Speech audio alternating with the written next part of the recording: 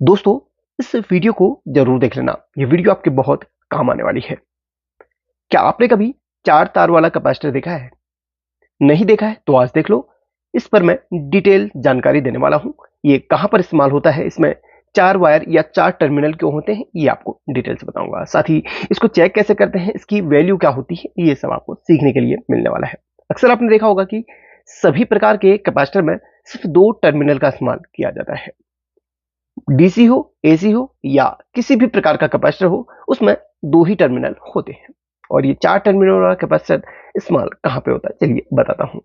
सबसे पहले तो आपको ये बता दूं कि ये कैपेसिटर वॉशिंग मशीन के अंदर इस्तेमाल होता है। वॉशिंग मशीन में दो मोटर्स होती हैं। एक मोटर आपके कपड़े को सुखाने के लिए इस्तेमाल की जाती है या फिर निचोड़ने के लिए इस्तेमाल की जाती है, और दूसरी मोटर कपड़े को वॉश करने के लिए इस्तेमाल की जाती है। और दोनों मोटर्स को चलाने के लिए इस कैपेसिटर का इस्तेमाल होता है। जैसे कि आपको पता होगा कि किसी भी मोटर को चलाने के लिए सिर्फ एक कैपेसिटर लगता है, लेकिन दो वॉशिंग मशीन में जो दो मोटर होती है उनको चलाने के लिए इस चार तार वाले कैपेसिटर का इस्तेमाल होता है। काफी लोग चार तार या चार वायर देख के काफी कंफ्यूज हो जाते होंगे, लेकिन एक सिंपल सी बात बताऊं, ये दो कैपेसिटर होते हैं। इसके अंदर एक नहीं बल्कि दो कैपेसिटर होता है। इसकी कोई एक वैल्यू नहीं होती, इसकी दो वैल्यू होती हैं। दो वायर की वैल्यू अलग होती है और दो वायर की वैल्यू अलग होती है। एक एग्जांपल अगर आपको दूं तो इसके अंदर इस तरीके का कुछ सिस्टम होता है। दो अलग अलग वैल्यू के कैपेसिटर इसके अंदर होते हैं। हालांकि आपको ये फिजिकली सिर्फ एक दिख रहा होगा, लेकिन इसके अंदर दो कैपेसिटर होते हैं और दोनों कैपेसिटर के दो दो तार मिलाकर से चार तार होते हैं। अब देखिए, दो जो इसमें तार या फिर वायर लगे हुए हैं वो आपके कपड़े धोने वाली मोटर के लिए होते हैं और दो कपड़े सुखाने वाली मोटर के लिए होते हैं। काफी बार आपने देखा होगा कि यार कोई एक मोटर सही से काम करना बंद कर देती है। तो अगर मोटर बिल्कुल सही कंडीशन में होती है तो आप यहां पर कैपेसिटर को चेक जरूर करना। किसी एक वैल्यू के कैपेसिटर में जरूर प्रॉब्लम होगी, तब जाके वो मोटर को धक्का नहीं दे पा रही होगी। कैपेसिटर का काम मोटर को स्टार्टिंग टॉर्क देना होता है, तब जाके मोटर चलती है। अगर आप बिना कैपेसिटर के किसी मोटर को चलाने की कोशिश करोगे तो मोटर नहीं चलेगी। तो कैपेसिटर का वही काम होता है, मोटर को स्टार्टिंग टॉर्क देने का। तो चलिए अब यहां पर इसको चेक कैसे करते हैं ये बताता हूं। देखिए, बहुत सारे ऐसे कैपेसिटर होते हैं जिसमें सिंपली इसमें कलर कोडिंग लिखी होती है कि ये दो वायर यहां पर किस वैल्यू के हैं और ये दो वायर किस वैल्यू के हैं। तो यहां पर लिखा होता है, बट इसमें लिखा नहीं है। लेकिन आप यहां पर देखिए, काफी जूम कर लिया है मैंने। अगर आप देखें तो यहां पर 11+6 UF लिखा हुआ है। काफी लोग इसको यू कह देते हैं, बट ये यू नहीं होता है, ये म्यू होता है, जिसे म्यू एफ कहा जाता है।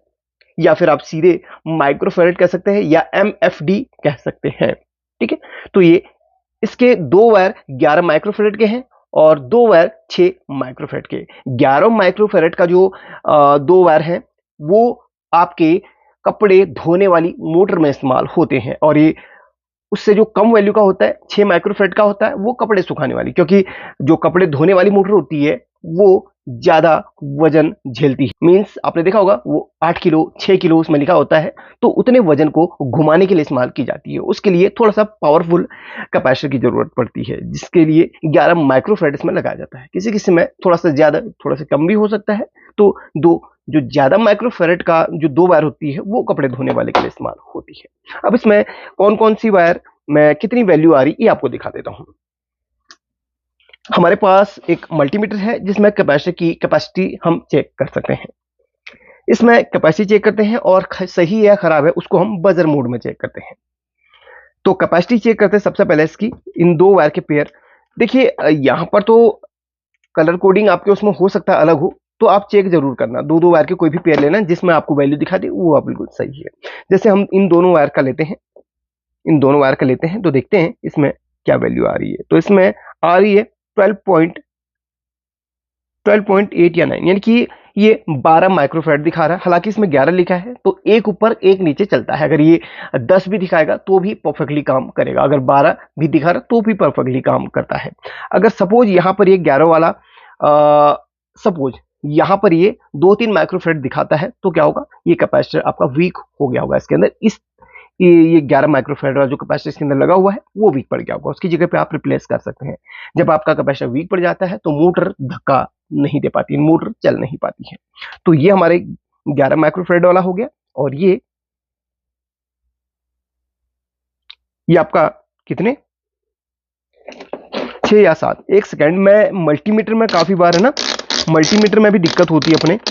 एक बार इसकी प्रोब को इस तरीके से मैं सही से सेट कर लेता हूं, क्योंकि काफी बार मल्टीमीटर का भी फॉल्ट होता है। थोड़ा अगर थोड़ा ज्यादा या थोड़ा कम दिखा रहा हो तो अगर ये सही वैल्यू नहीं दिखाएगा तो मैं दूसरा मल्टीमीटर का इस्तेमाल करूंगा। अब यहाँ पर देखते हैं, लेकिन फिंगर्स में टच नहीं करनी है, वो हाथ का भी वैल्यू रेजिस्टेंस लेके बता देगा, तो इसलिए आप इसको दूर से, हाँ देखिए अब सही बता रहे हैं। क्योंकि मल्टीमीटर का भी मैंने बोला था ना काफी बार सही से उसको 0 पे सेट कर लेना है। 0 ऐसे सेट नहीं होता इसमें, 0 आप ऐसे सेट कर सकते हो बजर मोड में, ऐसे माइक्रोफैराड मोड में सेट नहीं होता। तो अब जाके ये सही वैल्यू दिखा रहा है 5.97, यानी कि 6 माइक्रोफैराड के समथिंग ये पहुंच गया। 1-2 का ही डिफरेंस है, बट ये 5.96 यानी कि 0.12 का फर्क है, बाकी 6 माइक्रोफैराड तक पहुंच गया। तो यहाँ पर बिल्कुल परफेक्ट ये काम करेगा उस मोटर को घुमाने के लिए। और अब इसका चेक करते हैं। अब ये देखिए 9.92 यानी कि 10 माइक्रोफैराड के समथिंग दिखा रहा है। तो इस प्रकार से यहाँ पर ये दोनों बिल्कुल सही हैं। तो इस तरीके से चेक किया जाता है। अगर आप लोगों को कलर कोडिंग इसके पता नहीं हो कि कौन सी 2 वायर है, तो देखिए कोई भी वायर अगर इस तरीके से करें ना, इन दोनों में वैल्यू नहीं आएगी, इनमें वैल्यू नहीं आएगी, वैल्यू उन्हीं में आएगी जिन 2 वायर्स के पेयर्स होंगे। तो यहाँ पर अब आप समझ गए होंगे कि इसके अंदर 2 अलग अलग वैल्यू के कैपेसिटर होते हैं। अगर यहाँ पर एक चीज और समझा देता हूं, अगर मान लिया जाए इसमें कपड़े चलिए सुखाने या फिर निचोड़ने वाली मोटर काम नहीं कर रही है और उस साइड की कैपेसिटी की जो वैल्यू है वो बहुत कम आ रही है, 1 या 2 माइक्रोफैराड के समथिंग आ रही है, तो समझ लीजिए आपके उस साइड का जो कैपेसिटर है वो खराब हो चुका है। तो यहाँ पर एक पूरा रिप्लेस ना करने के बजाय आप एक अलग वैल्यू के कैपेसिटर का इस्तेमाल कर सकते हैं। यानी कि इन 2 वायर को आप कट करके अलग कर लीजिए और इस जगह पे आपको इसकी जो मोटर के आपके स्टार्टिंग रनिंग है उसकी जगह पे आपको 6 माइक्रोफैराड का कैपेसिटर लगा लेना है। ठीक है, इसमें अगर 6 लिखा हुआ है ना तो कपड़े सुखाने वाली में, तो 6 ही माइक्रोफैराड का एक कैपेसिटर यूज कर लेना है। ठीक है, तो आप पूरा बदलेंगे तो ये महंगा पड़ जाएगा आपको। अगर एक 6 माइक्रोफैराड का उसमें ही कैपेसिटर लगा देते हो तो थोड़ा सा आपको सस्ता पड़ेगा।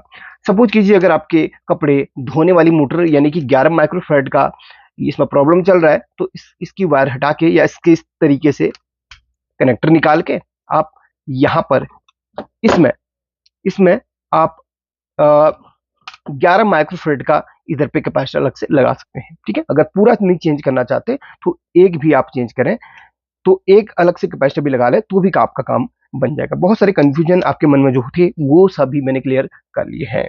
अगर मैं वैसे आपको दिखाऊं तो ये देखिए मैंने एक कैपेसिटर टेप से चिपका के रखा हुआ है ना, तो इसमें देखिए मान के चलिए इसके अंदर एक एक ये 2 है बट एक ही पूरा कवर करा है और बाहर 4 वायर्स में निकली हुई है।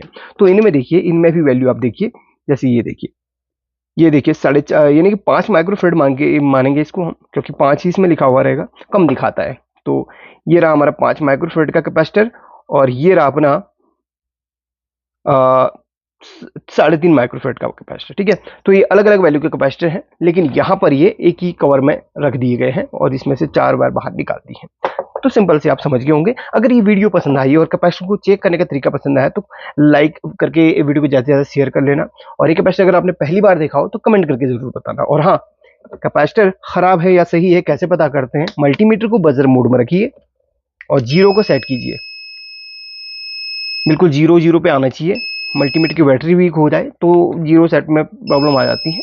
तो इस तरीके से आप कंटिन्यू मोड में रखिए और कैपेसिटर को इस तरीके से आप दोनों प्रोब्स पर रखिए। अगर कैपेसिटर कोई वैल्यू दिखाता है तो और स्टेबल रहती है वो वैल्यू, तो समझ लीजिए कैपेसिटर आपका या तो हाफ शॉर्ट है या तो उसमें खराबी आ चुकी है। इसमें कैपेसिटर वीक है उसका पता नहीं चलता, लेकिन कैपेसिटर अगर शॉर्ट है, हाफ शॉर्ट है तो पता चल जाता है। बस कैपेसिटर को कोई वैल्यू नहीं दिखानी चाहिए, अगर दिखाता है तो वो वैल्यू स्टेबल नहीं होनी चाहिए। थोड़ी वैल्यू बढ़ेगी और बिल्कुल 0 पे आ जाएगी तो कैपेसिटर आपका बिल्कुल सही कंडीशन में होगा। एक एग्जांपल के लिए मैं यहीं पर इसी कैपेसिटर को लेता हूं, देखिए कुछ देर वैल्यू इसमें बढ़ेगी फिर वो बिल्कुल वहीं पे सेट हो जाएगी जहां से स्टार्ट हुई थी। अभी देखते रहिए आप। एक्चुअली यहाँ पर एक डायोड लगा हुआ है, इसकी वजह से ये हो रहा है। तो एक फ्रेश मैं कैपेसिटर दिखाता हूँ जिसमें आपको बिल्कुल आसानी से समझ में आ जाएगा। डायोड लगा हुआ तो डायोड वैल्यू दिखाने लगा, तो ये देखिए अब आपको समझ में आ जाएगा। देखिए ये देखिए वैल्यू उठा रहा है अपनी और बिल्कुल बिल्कुल 0 पे आ जाएगा। देखिए इस तरीके से, बस ये अगर दिखा रहा है तो आपका कैपेसिटर बिल्कुल सही कंडीशन। ऐसे आप वीक का भी पता कर सकते हैं यार, लेकिन एक एक्यूरेट पता करने के लिए कैपेसिटी के कैपेसिटेंस मीटर आपको लेना पड़ेगा। आप इस तरीके का मीटर लेंगे जिसमें आप कैपेसिटी चेक करते हैं। बजर मोड में सिर्फ कैपेसिटी खराब या फिर सही का आप पता लगा सकते हैं। और एक और तरीका है जो सस्ता और जुगाड़ू तरीका है, वो ये है कि इन दोनों वायर्स को आप डायरेक्टली अपने घर के सिर्फ एसी कैपेसिटर का टिक करना है, ठीक है। ये नहीं कि आपने डीसी कैपेसिटर का कर लिया। जो चीज मैं बता रहा हूं वैसे करना नहीं है, करते हैं काफी लोग, फिर भी बता रहा हूं जुगाड़ू तरीका।